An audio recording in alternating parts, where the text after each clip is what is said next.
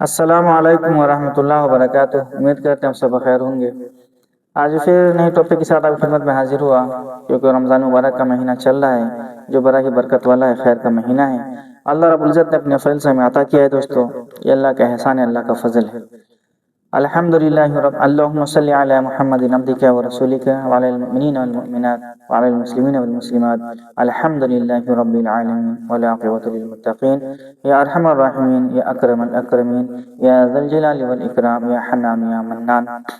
اللہ کا فضل ہے، اللہ کا کرم ہے کہ اللہ رب العزت نے ہمیں ایمان کی دولت سے نوازا، اور پھر مبارک مہینہ رمضان کا ہمیں عطا کیا۔ اللہ ہمارے گناہوں سے ہم کو پاک کرنا چاہتے ہیں، اللہ ہمارے درجوں کو بلند کرنا چاہتے ہیں، اللہ دوستو ہمیں ہمیشہ سے عزت دینا چاہتے ہیں۔ اس کے لیے اللہ رب العزت نے ہمیں یہ مبارک مہینہ عطا کیا ہے دوستو۔ اس میں اللہ کی رحمتیں دوستو بے انتہا برستی ہے، اور اللہ رب العزت روزانہ اعلان کرتے ہیں آخری آسمان پر آ کر کے، کوئی ہے جو مغفرت کا چاہنے والا، میں اس کی مغفرت کر دوں، کوئی ہے اپنی ضرورت ہو مانگنے والا، میں اس کی ضرورت پورا کر دوں۔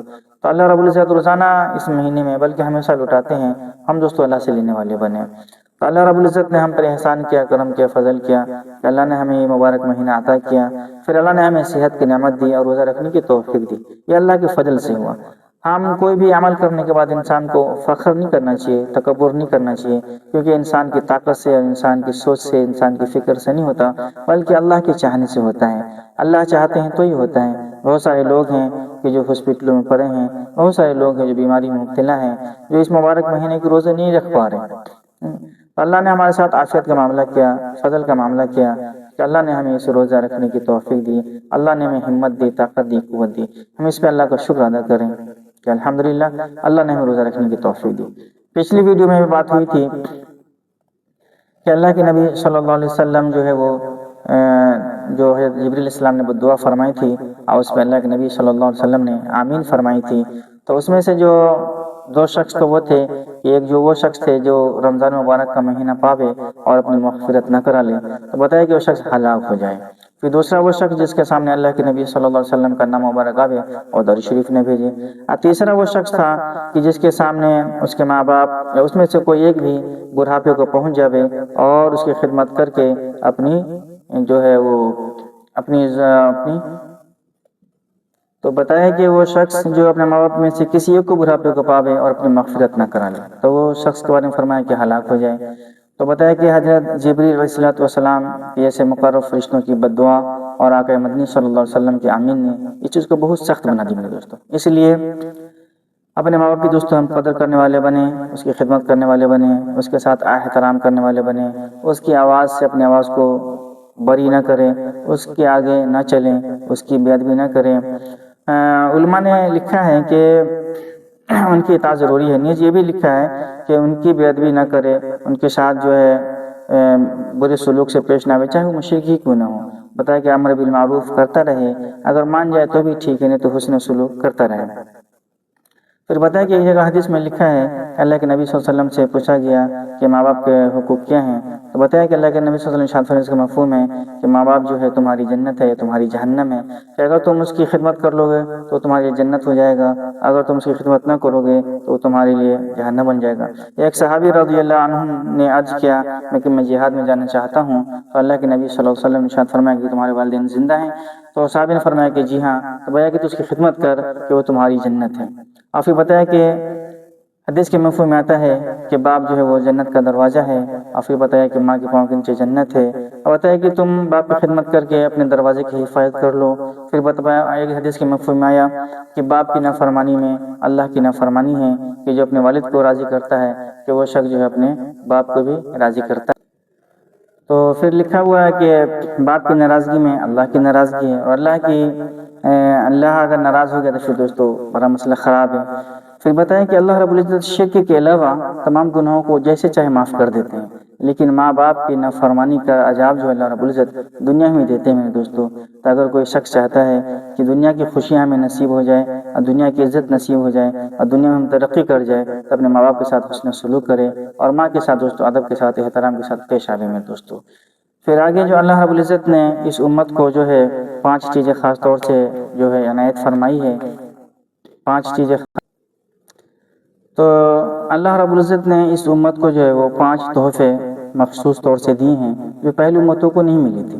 حضرت ابو ہریرہ رضی اللہ عنہ نبی کریم صلی اللہ علیہ وسلم سے نقل کیا ہے کہ میری امت کو رمضان المبارک کے بارے میں 5 چیزیں خاص طور سے دی گئی۔ پہلی چیز یہ کہ جو پہلی امتوں کو یہ چیزیں نہیں ملی دوستوں، پتہ ہے کہ اس امت کو اللہ رب العزت نے 5 چیزیں عطا کی ہیں۔ تو اس میں سب سے پہلی چیز جو ہے منہ کی بدبو ہے۔ بتایا کہ روزہ دار کے منہ کی بدبو اللہ رب العزت کو بہت زیادہ پسند ہے، مشک سے بھی زیادہ پسندیدہ ہے میرے دوستوں، کہ روزہ دار کے منہ کی بدبو اللہ رب العزت کو مشک سے بھی زیادہ پسندیدہ ہے۔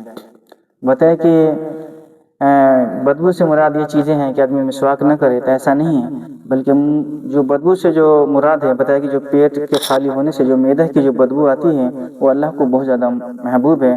بتایا کہ اللہ رب العزت کل اس بدبو کا بدلہ کل مشک سے عطا کرائیں گے اس امت کو۔ تو اللہ رب العزت کو اس امت کی دوستوں جو روزہ داروں کے منہ کی بدبو بھی اللہ کو بہت زیادہ محبوب ہے۔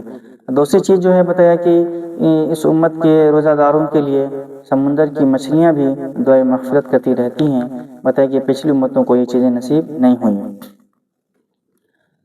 مچھلیوں کا استغفار کرنا بھی اس امت کے لیے وارد ہے۔ پھر تیسرا جو ہے میرے دوستوں وہ کہ اس امت کے لیے جو ہے جنت کو سجایا جاتا ہے۔ بتایا کہ شروع سال سے ہی رمضان مبارک کے روزہ داروں کے لیے جو ہے جنت کو سجانا شروع کر دیا جاتا ہے۔ تو اس امت کو یہ چیزیں خاص طور سے ملی ہے کہ اللہ رب العزت ان کے روزہ داروں کے لیے کہ جب اپنی روزہ کی مشقتوں کو جھیل کے دنیا سے جائے گا تو اللہ رب العزت ان کے روزے کے بدلے میں اللہ اسے جنت میں داخل کرے گا۔ بتایا کہ اس امت کے روزہ داروں کے لیے اللہ رب العزت شروع رمضان سے ہی جنت کو سجانا شروع کر دیتے ہیں میرے دوستوں۔ تو یہ 3 چیزیں ہو گئی۔ پھر چوتھی چیزیں جو ہیں وہ اس کے بارے میں ہیں کہ اس میں سرکش شیاطین کو قید کر دیے جاتے ہیں۔ بتایا کہ جس طریقے سے جو ہے انسان شیطان بعض مہینوں میں جو ہے لوگوں کو بہکاتے ہیں اور غلط حرکتیں کرواتے ہیں، غلط کام مبتلا کروا دیتے ہیں، اس مبارک مہینے میں جو ہے وہ شیطان اس کی طرف انسانوں کو نہیں بہکا سکتا، کیونکہ اللہ رب العزت جو ہے اس مہینے میں شیاطین کو قید کر دیتے ہیں اور اس کو دوستوں قید کر کے چھوڑ دیتے ہیں، جس کی وجہ سے بہت سے لوگ ایسے ہیں جو بڑے گناہوں میں مبتلا ہونے والے شخص بھی گناہوں سے پرہیز کر جاتے ہیں، کہ بہت سارے شراب پینے والے جو ہیں اپنی شرابوں کو چھوڑ دیتے ہیں، چوری کرنے والے چوری کو چھوڑ دیتے ہیں، اور بہت ساری چیزیں ایسی ہیں جو انسان اس مہینے میں جو ہے وہ جو شیاطین کے قید ہونے کی وجہ سے انسان ان گناہوں سے محفوظ ہو جاتا ہے۔ پھر 5ویں چیز یہ ہے کہ اللہ رب العزت جو ہے روزہ داروں کی مغفرت فرما دیتے ہیں۔ تو صحابہ رضی اللہ عنہم اجمعین نے پوچھا کہ یا نبی صلی اللہ علیہ وسلم کہ کیا اس مغفرت شب قدر ہے؟ تو فرمایا کہ نہیں، یہ سب مغفرت ہے کہ جس طریقے سے مزدور اپنی مزدوری پوری کر لیتا ہے، تو جب مزدور اپنے کام کو پورا کر لیتا ہے تو اس کو مزدوری دی جاتی ہے، اسی طریقے سے رمضان مبارک کا جب مہینہ ختم ہوتا ہے اور جب یہ روزہ دار اپنے روزوں کو بالکل صحیح طریقے سے ادا کر لیتا ہے تو اللہ رب العزت آخری شب میں دوستوں اس کی مغفرت فرما دیتے ہیں۔ اسی لیے اللہ رب العزت بڑا کرم کرنے والا ہے، بڑا احسان کرنے والا ہے، بڑا فضل کرنے والا ہے، اس لیے اللہ رب العزت سے اس مہینے میں جو ہے خوب جو ہے گناہوں کی معافی مانگنا ہے، اور اللہ سے جو شب مغفرت آنے والی ہے، آخری رات جو ہوتی ہے شب مغفرت ہوتی ہے، ان راتوں میں شاپنگ اپنے وقتوں کو نہ گزاریں اور ادھر ادھر کی لہو چیزوں میں نہ گزاریں، بلکہ جب مزدوری کا وقت ہوتا ہے تو جی لگا کر کے اللہ سے مانگنا ہے اور اپنی مغفرت کروانا ہے، اپنے گھر والوں کی مغفرت کروانا ہے، پوری دنیا پورے عالم کی مغفرت کروانا ہے، اپنے جو ہمارے بڑے چلے گئے دنیا سے ماں باپ، دادا دادی، نانا نانی جو ہمارے منتظر ہیں، سب کے لیے مغفرت کی دعا کروانا ہے، کیونکہ شب جو رات جو ہوتی ہے شب مغفرت ہوتی ہے اور مغفرت کی رات ہوتی ہے۔ آج ہم اس راتوں میں دوستوں آہی تباہی میں ادھر ادھر میں گزار دیتے ہیں، بڑی ناقدری میں دوستوں۔ تو نیت کرے، ارادہ کرے کہ انشاءاللہ اب جو آخری رات جو آئے گی شب یعنی کہ رمضان کی، اس میں خوب اللہ کے سامنے آہوازاری کریں گے اور اللہ کے سامنے گر گرائیں گے اور اللہ سے توبہ استغفار کریں گے، اور رمضان میں جو کمی بیشی ہو جائے گی اس پہ ہم اللہ سے توبہ استغفار کریں گے اور اپنے روزوں کو اللہ سے قبول کروائیں گے دوستوں، کیونکہ روزہ رکھنا کمال نہیں بلکہ عمل کو قبول بھی کروانا اللہ سے۔ جب اللہ قبول کر لے گا تو پھر دوستوں بڑی بات ہے، پورے مہینے روزہ رکھا لیکن اللہ قبول نہ کرے تو یہ دوستوں کوئی کمال کی چیز نہیں ہے۔ اور بتایا کہ پھر بھوکا رہنا ہی روزہ نہیں ہے، بلکہ روزہ جو ہے اللہ کی رضا ہے، اپنی زبانوں کی، اپنے آنکھوں کی، اپنے کانوں کی، اپنے ہاتھوں کی، پاؤں کی اور حلال کمائی کی سب کی فکر کرنا ہے دوستو، اور ساری چیزوں کا صحیح استعمال کرنا۔ اس مہینے میں دوستو اپنے آنکھ کا، زبان کا، کان کا، ہاتھ کا، پاؤں کا صحیح استعمال کرنا، اسی طریقے سے حلال کمانا بھی ہے اور حلال چیزوں سے دوستو روزہ افطار کرنا ہے۔ ٹھیک ہے انشاءاللہ، اللہ رب العزت دعا ہے کہ اللہ پاک ہمیں عمل کی توفیق نصیب فرمائے۔ السلام علیکم ورحمۃ اللہ وبرکاتہ۔